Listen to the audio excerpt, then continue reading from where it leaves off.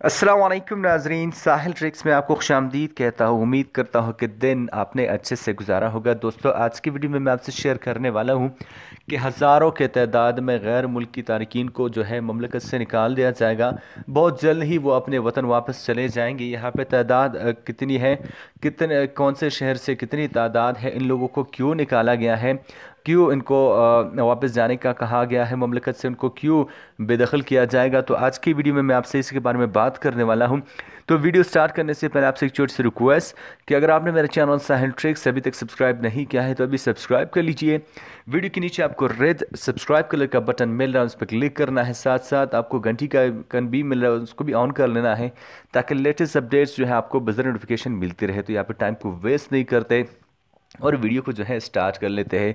बात करने वाले हैं तो इन लोगों का जो ताल्लुक़ है वो सूडान से है और इन्हें क्यों निकाला गया है, क्योंकि वो इकामा और मेहनत क़वानीन के ख़िलाफ़ वर्जी कर रहे थे। यहाँ पर रियाद से जो है 33,000 सूडानी जो है घर जाने के लिए तैयार हैं, उनको निकाला जाएगा। साथ साथ जद्दा की बात की जाए तो 14,000 सूडानी जद्दा से भी निकाले गए हैं और वो भी अपने घर जाने को तैयार हैं।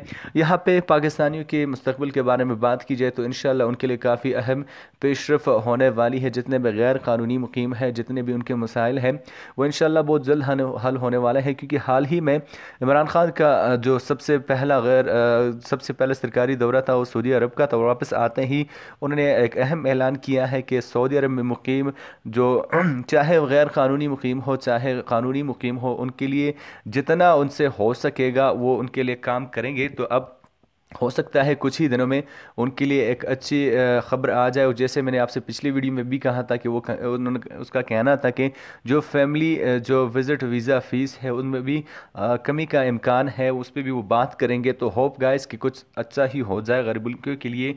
तो मिलते हैं नेक्स्ट वीडियो में, तब तक के लिए दीजिए इजाज़त। अपना ख्याल रखिएगा, दुआ में याद रखिएगा।